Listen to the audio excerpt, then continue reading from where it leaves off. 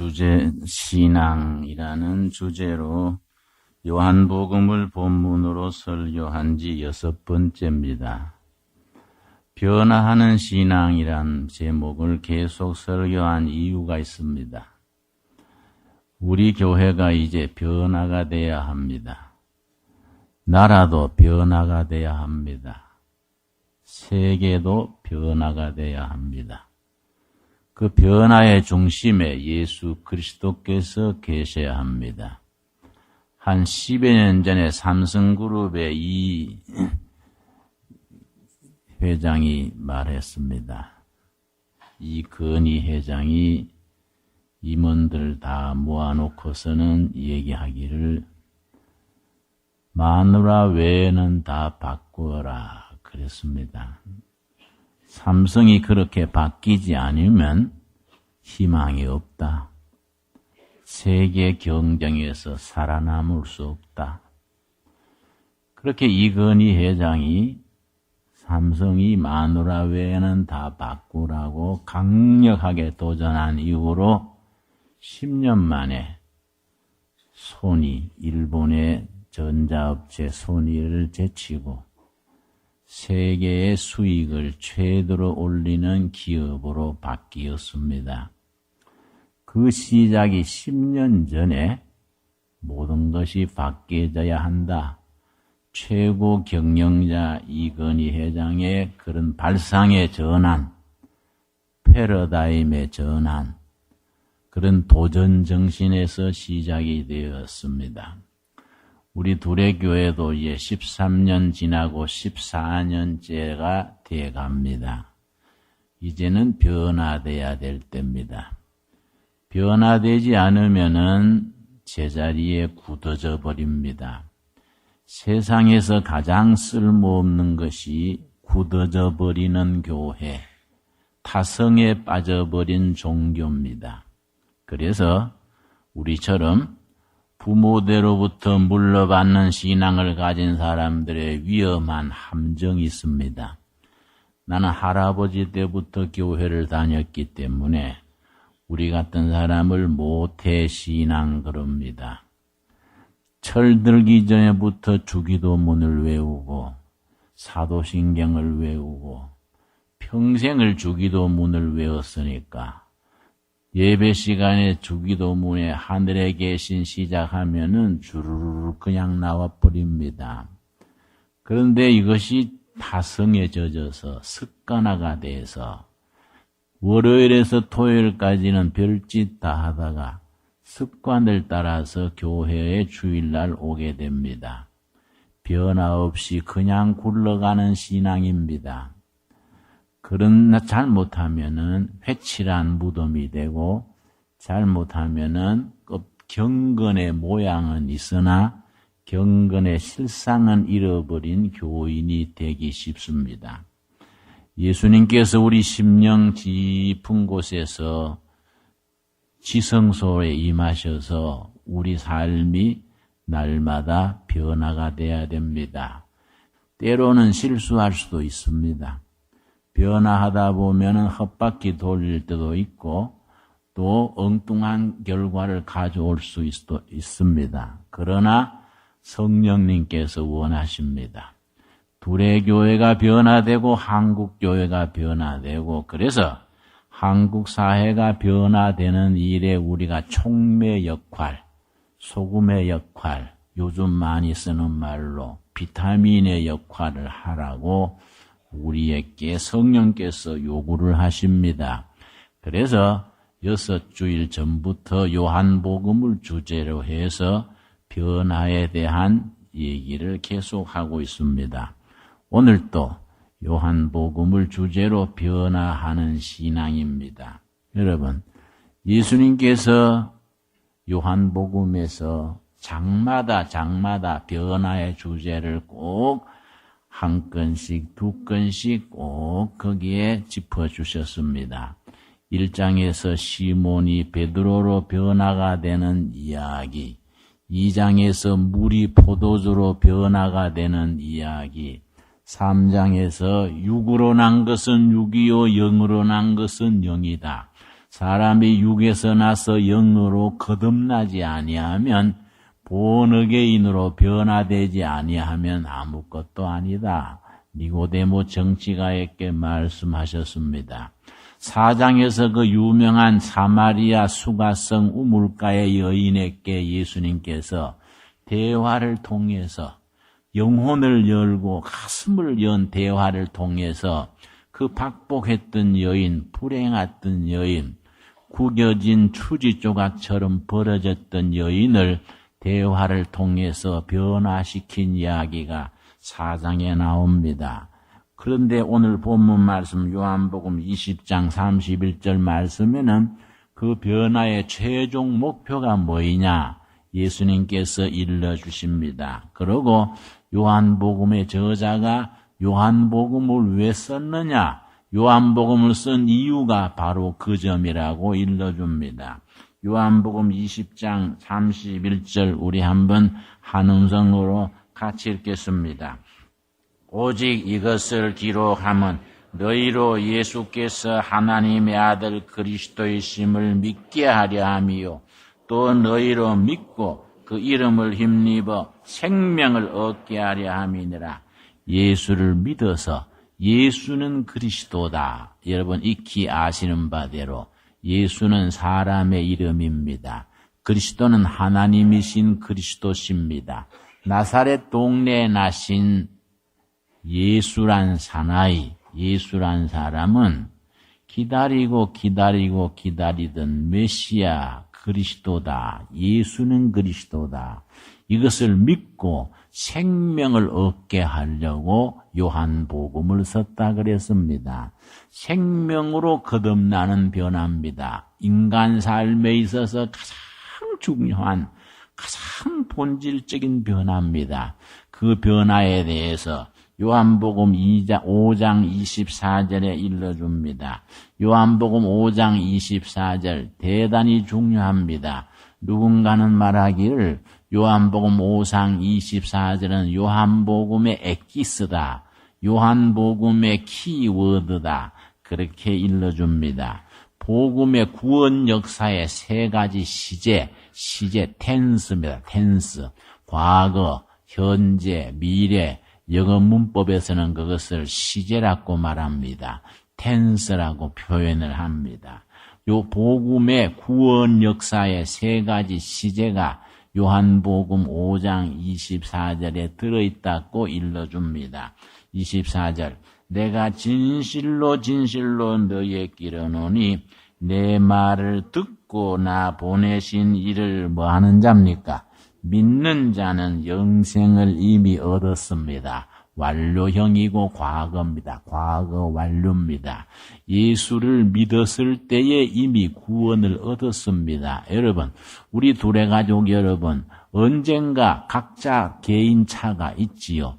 예수님을 내 영혼의 주인으로, 우리 가정의 호주로, 우리 기업의 사주로 모셨을 때에 이미 영생을 얻었습니다. 아멘으로 고백하시지요. 그 다음 심판에 이르지 아니하나니 미래입니다. 미래.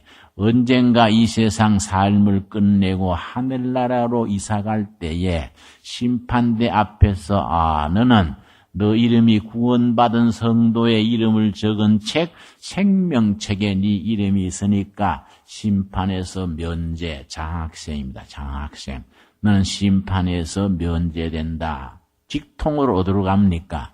천국으로 직통으로 가게 돼 있습니다. 심판에 이르지 아니하나니 구원의 미래 시제입니다. 그 다음 가장 중요한 것 현재 사망에서 생명으로 옮겨져서 현재 살고 있느니라. 사망에서 생명으로 옮겨져서 변화된 삶을 현재 살고 있는 구원의 현재 시제라고 말합니다. 자, 우리 그런 말씀을 마음에 새기면서 요한복음 5장 24절 한번 큰 소리로 가슴을 열고 이 말씀을 우리 마음의 양식이 되도록 함께 읽겠습니다. 내가 진실로 너희에게 이르노니 내 말을 듣고 또 나 보내신 이를 믿는 자는 영생을 얻었고 심판에 이르지 아니하나니 사망에서 생명으로 옮겼느니라. 여러분, 우리가 지난날의 죽음의 권세 아래, 심판 아래, 우리가 허물과 죄 아래 살았지만은 예수를 믿음으로 지금은 사망에서 생명으로 옮겨져서 변화된 삶을 살고 있는 것을 감사드릴 수 있게 되기를 바랍니다. 여러분, 예수님께서 보리떡 5개, 물고기 2마리로 5,000명을 먹이셨습니다. 그러고 죽은 나사로를 살리셨습니다. 그리고 베데스다 연못가에서 36년 병든 자를 살렸습니다. 그러니까 사람들이 많이 따랐습니다. 글자 그대로 구름대같이 따랐습니다. 그런데 예수님께서 말씀이 점점 어려워지는 겁니다. 내가 주는 떡은 이 세상 보리떡이 아니다. 하늘나라 떡이다. 영원한 떡이다. 나를 따르는 자는 십자가를 지고 따라야 된다. 이렇게 점점 말씀이 어려워지니까 무리들이 가르치는 게 너무 어렵다. 그러고 전부 흩어졌습니다. 요한복음 5장에 나오는 말씀입니다. 그런데 예수님께서 모두들 떠나가니까 예수님께서 제자들에게 물었습니다. 너희도 가려느냐? 너희도 가려느냐? 그때 베드로가 말했습니다. 주는 거룩하신 하나님이신 줄 믿고 알았습니다. 주는 거룩하신 하나님인 줄 믿고 알았는데 우리가 다른 데로 어디로 가겠습니까? 이게 베드로가 학식 없고 교양 없고 아주 참 품이 없는 베드로였지만은 제자 중에 제자가 될 수 있었던 바탕입니다. 비록 그가 가방끈이 짧고 교양이 없고 세상적으로 길가의 돌멩이처럼 길가의 자풀처럼 그렇게 살았던 베드로지만은 그가 위대한 사도가 될 수 있었던 것은 복음의 본질을 남다르게 깨달을 수 있는 그 복음의 핵심을 파악하고 분명한 신앙 고백을 가질 수 있었던 점, 그것이 베드로의 은총이요 장기였습니다. 주는 거룩하신 하나님이신데 그걸 믿고 알았습니다. 우리가 다른 데로 어디로 가겠습니까? 여러분, 나는 믿고 알았다는 말을 대단히 좋아합니다. 여러분, 사람들은 부질없이 알고 믿으려고 그럽니다. 그래서 알고 믿으려고 머리를 작동시켜서 그렇게 애를 쓰다가 결국 못 믿고 끝나는 사람들이 많습니다. 그러나 우리 신앙에는 조금 다른 말로 표현해서 베드로처럼 좀 무식할 필요가 있습니다. 믿고 알았습니다. 우리가 믿고 나서 알아졌습니다. 정말 귀한 표현입니다. 그리고 베드로가 예수님께서 너희들이 나를 버리리라 말씀했을 때에 다 주님을 버릴지라도 나는 마지막까지 목숨 걸고 주님을 따르겠습니다. 그렇게 아주 큰 소리 쳤습니다. 내가 주님 모든 걸 버리고 주님을 따랐지 않습니까? 모두 주님을 배반할지라도 나는 목숨 걸고 따르겠습니다. 그때 예수님께서 베드로에게 뭐라고 말씀했습니까? 네가 지금 그렇게 말하지만은 네가 두 번 울기 전에 3번 나를 부인하리라. 여러분, 그 말 듣고 베드로가 그 말을 인정했겠습니까? 우리 예수님이 나를 몰라도 너무너무 모르시네. 그동안에 같이 계셨는데도 나를 그렇게 모르나. 내가 예수님을 목숨 걸고 목에 칼이 들어와도 따를 텐데 무슨 말씀을 내가 달 울기 전에 3번이나 부인한다니 말도 안 된다고 그렇게 베드로가 생각했을 겁니다. 그러나 예수님이 잡혀갔을 때에 겨우 멀찍이 따라가면서 제사장 그 뜰의 마당에 가가지고 손바닥으로 모닥불을 쫓고 있었다 그랬습니다. 지난번에 우리 말씀드렸지요. 가슴에 성령의 불이 꺼지면은 손바닥으로 세상 불 쫓고 있는 겁니다. 우리 자신의 모습을 생각해 봐야 됩니다. 우리가 정말 은혜의 불, 성령의 불이 꺼져가지고 세상 불 쫓느라고 우리가 그렇게 초라한 모습으로 있는 베드로의 모습이 우리들의 모습이 아닌가 자신을 살펴봐야 됩니다. 그때 닭이 두 번째 울었을 때에 베드로가 예수님의 말씀을 기억하고 나가서 슬피 울며 회개했습니다. 이게 베드로의 은총입니다. 여러분, 가룟 유다도 예수님을 배반했고 베드로도 예수님을 배반했습니다. 그 차이점이 뭡니까? 둘 다 예수님을 어떤 점에서 배반한 점은 같은데 베드로와 가룟 유다의 차이점이 뭡니까? 베드로는 어떻게 했고 가룟 유다는 어떻게 인생을 끝냈습니까? 자기가 잘못한 줄 알고 가룟 유다는 스스로 뉘우치고 스스로 목을 매 자살하고 말았습니다. 끝까지 자기 자신이 예수님을 배반하고 자기 자신이 깨우치고 회개하고 자기 자신이 목매 죽었습니다. 신앙의 기준이 자기에게 있었습니다. 베드로는 가룟 유다만큼 똑똑하지를 못했습니다. 그러나 베드로도 예수님 앞에서 예수님을 저주하면서 부인했다 그랬습니다. 그런데 베드로는 예수님의 말씀을 기억하고 슬피 울며 통곡하면서 회개했습니다. 말씀을 기억하고 자기 자신을 말씀 앞에서 바로 세우는 것이 우리 성도들의 축복이고 그게 참 은총입니다. 여러분, 우리가 사노라면은 그릇된 길을 갈 때가 있습니다. 여러분, 목사도 그렇고 집사도 그렇고 장로도 그렇습니다. 인간으로서 믿노라 하지만은 옛날에 은혜도 있고 체험도 있고 간증도 있지만은 그러나 사노라면은 엉뚱한 짓을 하게 됩니다. 알게 모르게 죄를 짓게 됩니다. 그런데 중요한 건 뭐입니까? 가룟 유다처럼 그렇게 스스로 반성해서 목매 죽는 식이 아니라 예수님의 말씀을 기억하고 나가서 슬피 통곡하며 자기 자신을 회개할 수 있는 그런 영적 각성, 영적 전환, 이것이 우리 신앙인에게 중요한 것입니다. 여러분, 지금까지 살아온 세월 속에서 받은 은혜를 잊어버리고 하나님 앞에 바로 서지 못했던 거 우리 살펴봐야 됩니다. 그럼에도 불구하고 우리는 베드로의 신앙을 가져야 됩니다. 예수님의 말씀을 기억하고 자기 자신을 돌이켜 회개할 수 있어야 합니다. 그런데 예수님께서 부활하신 뒤에 베드로를 만났습니다.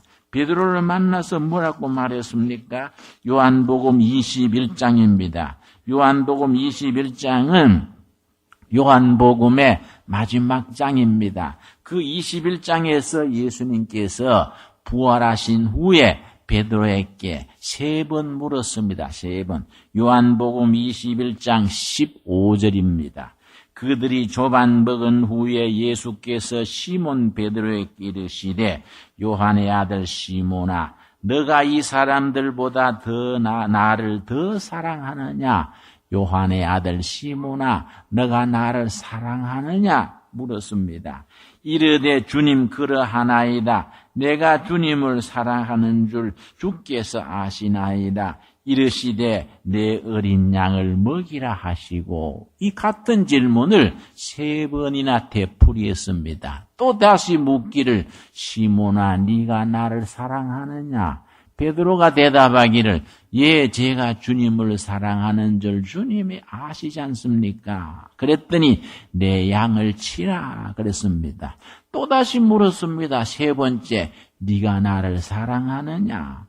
예, 제가 주님을 사랑하는 걸 아십니다. 3번이나 되풀이 물으니까 베드로가 당황하고 아주 곤혹스러워했다고 본문에 기록하고 있습니다. 그런데 성경 원문을 가만히 살펴보면은 뜻이 깊습니다. 예수님이 묻는 사랑하고 베드로가 대답하는 사랑이 질이 다릅니다. 사랑이란 말을 쉽게 3가지입니다. 보통 우리가 사랑 그러지만은 성경은 구분했었습니다.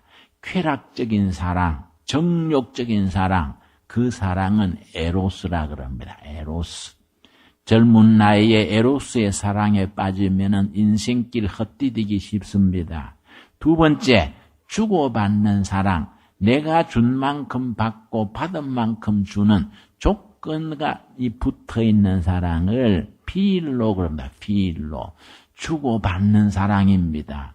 그러나 무조건적인 사랑, 하나님께서 우리를 사랑하신 사랑, 어머니가 아들을 사랑하는 사랑, 그런 사랑은 아가페라 그럽니다. 그런데 예수님께서 베드로에게 네가 나를 사랑하느냐는 네가 나를 아가페하느냐, 네가 손해를 보든지 이익을 보든지 욕을 먹든지 십자가에 죽든지 무조건 나를 사랑하느냐, 네가 나를 아가페하느냐 물었습니다. 베드로가 자신이 없었던 것 같아요. 성경 본문에는 분명히 말하기를 주님 저는 필로밖에 하지 못합니다. 필로합니다. 그렇게 대답을 했습니다. 두 번째도 예수님은 네가 나를 아가페하느냐 그랬더니 베드로가 역시 주님 아시지 않습니까? 저는 필로 사랑합니다. 두 번째 질문도 그렇게 주고받고 했습니다. 세 번째는 예수님께서 내 단어를 바꾸었습니다. 그래 네가 나를 필로로 사랑하느냐. 주고받는 사랑, 조건부 사랑, give and take라 그러지요. 네가 나를 사랑해주면 나도 네를 사랑할 것이고 나한테 이익이 있으면 사랑할 것이고 이게 필로의 사랑입니다. 베드로의 수준이 거기까지밖에 이르지 못했었습니다. 그래서 세 번째 예수님께서 그래 네가 나를 필로로 사랑하느냐? 베드로가 예, 저는 필로로 사랑합니다. 그랬는데 예수님께서 아주 중요한 말씀을 하셨습니다. 장차 미래의 베드로가 어떻게 변화될 것을 먼저 짚어주셨습니다. 요한복음 21장 18절입니다. 18절 말씀. 세 번의 그런 같은 대화를 되풀이하고 난 뒤에 예수님께서 일러섰습니다. 18절 말씀. 내가 진실로 너게 이르노니 너가 젊어서는 스스로 띠띠고 원하는 곳으로 다녔거니와 늙어서는 너 팔을 벌리리니 남이 너게 띠띠우지 않고 원하지 아니하는 곳으로 데려가리라. 이 말씀을 하시면 뭐라 그랬습니까? 베드로가 어떠한 죽음으로 하나님께 영광 돌릴 것을 가르치심이라. 나중에 베드로가 진정한 아가페 신앙으로 변화된 뒤에 십자가에 팔을 벌리고 못 박혀 죽게 되는 될 것을 예수님이 먼저 말씀하셨다는 겁니다. 여러분, 그래서 시몬일 때는, 인간 시몬일 때는 베드로가 정말 조건부 사랑, 필로 사랑밖에 사랑하지 못했습니다마는 언제 그가 정말 아가페 사랑으로 무조건 죽든지 살든지 손해보든지 욕먹든지 무조건 주님 중심, 예수 중심, 은혜 중심, 생명 걸고 사랑할 수 있었던 건 언제입니까? 사도행전 2장 1절이지요. 사도행전 2장 1절. 오순절 날이 이미 이름에 저희가 다 같이 한 곳에 모였더니 2절 말씀 우리 한번 같이 읽겠습니다. 호련히 하늘로부터 급하고 강한 바람 같은 소리가 있어 그들이 앉은 온 집에 가득하며 오순절 성령 충만이 임함으로써 베드로는 변화가 됐습니다. 정말 필로 사랑밖에 할 수 없었던 베드로가 아가페 사랑할 수 있는 사람으로 변했습니다. 여러분, 그 베드로가 그 제자들이 성령 충만해서 예루살렘 시내에 나가서 담대하게 복음을 전했습니다. 예루살렘 시민들이 뭐라 그랬습니까? 12절입니다. 2장 12절 말씀. 다 놀라며 당황하여 서로 이르되 이 어찌 된 일이냐 하며 또 어떤 이들은 조롱하여 이르되 그들이 셋술에 취하였다. 이상하다. 이 보통 일이 아니다. 이 사람들이 뭐 위스키나 포천 막걸리나 뭐 마주왕 포도주 먹은 게 아니다. 이거 뭐 이 사람들이 셋술이 취했다. 지금까지 안 나온 완전히 셋술이 취했다. 이렇게 조롱까지 했습니다. 그때 누가 나서겠습니까? 12 제자 중에 제일 잘 나서는 사람이 누굽니까? 베시 아닙니까? 베시. 베드로가 탁 나서가지고 예루살렘 시민들이여, 지금은 제3시입니다. 유대 시간이 우리하고 좀 다릅니다. 제3시는 한참 일하는 시간입니다. 제가 3시인데 지금 술 먹을 시간이 아니다. 우리가 성령에 취했다. 성령에 취했다. 그러고서는 구약 성경 요엘서 2장에 나오는 요엘 선지의 예언을 그때 아주 유창하게, 아주 참 멋있게 전해주는 겁니다. 17절입니다. 16절 말씀, 사도행전 2장 16절입니다. 이는 곧 선지자 요엘을 통하여 말씀하신 것이니 일렀으되 하나님이 말씀하시기를 말세에 내가 내 영을 모든 육체에 부어주리니, 오순절 성령 강림하신 것을 말하는 겁니다. 말세에 내 영 성령을 각 심령에 부어주리니 너희의 자녀들은 예언할 것이요 너희의 젊은이들은 환상을 보고 너희의 늙은이들은 꿈을 꾸리라. 요엘서 2장에 예언된 말씀입니다. 여러분, 말세에 내 영 성령을 부어줄 것인데 성령을 받으면 너희 자녀들은 예언할 것이요 너희의 젊은이들은 환상, 비전입니다. 비전을 볼 것이요 너희의 늙은이들은 꿈을 꾸리라. 아주 위대한 말씀입니다. 이 말씀을 깊이 깨달으면 가슴이 뜨거워지고 두 손에 주먹이 쥐어집니다. 멋있다. 우리 교회도 우리 가정도 성령 받아가지고 요엘서에 예언됐고 베드로가 다시 강조했던 성령을 받아가지고 우리 자녀들이 예언을 해야 될 것이고 우리 청년들이 비전을 보게 돼야 될 것이고 우리 노인들이 꿈을 꾸게 돼야지.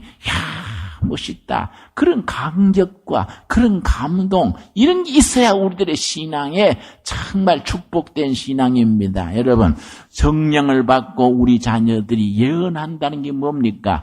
예언이 뭡니까? 어떤 권사님이 나한테 와가지고 목사님, 우리 아들 내년에 서울 대학 시험 치는데 합격이 될까요? 예언 좀 해주십시오. 그래서 봉투를 하나 가지고 와서 얘기해요. 그러니까 봉투를 돌려주면서 권사님, 그거는요 성적이 좋으면 되고요 성적이 안 좋으면 안 돼요. 그거는 예언할 게 아니고 그거는 상식입니다. 예언은 그런 예언이 아닙니다. 여러분, 가끔 예수 믿는 사람도 무당집에 가는 사람이 있습니다. 여러분, 참 골빈 교인이지요.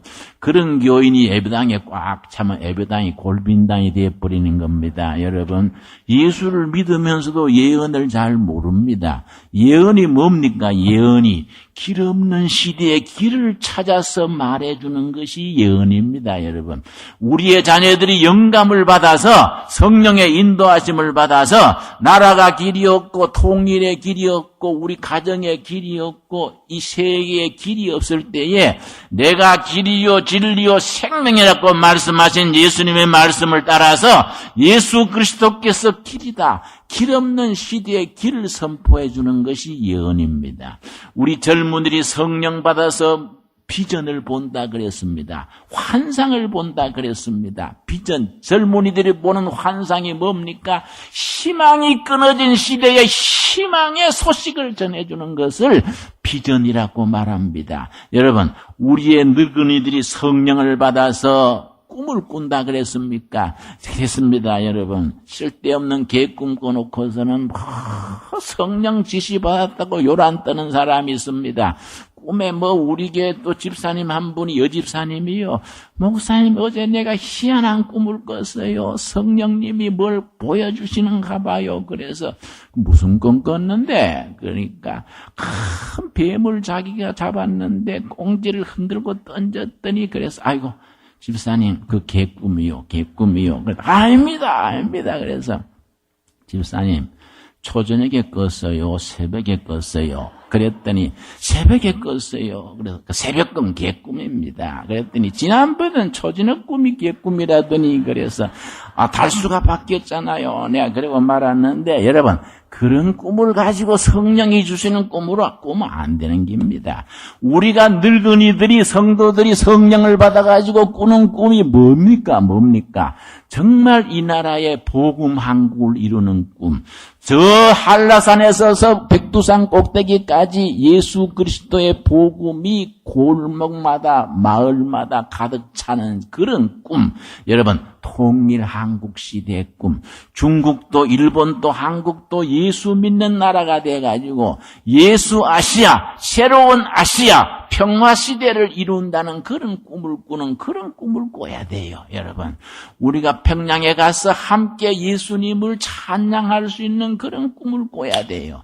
백두산에 가서 우리가 집회를 열 수 있는 그런 꿈을 꿀 수 있어야 됩니다.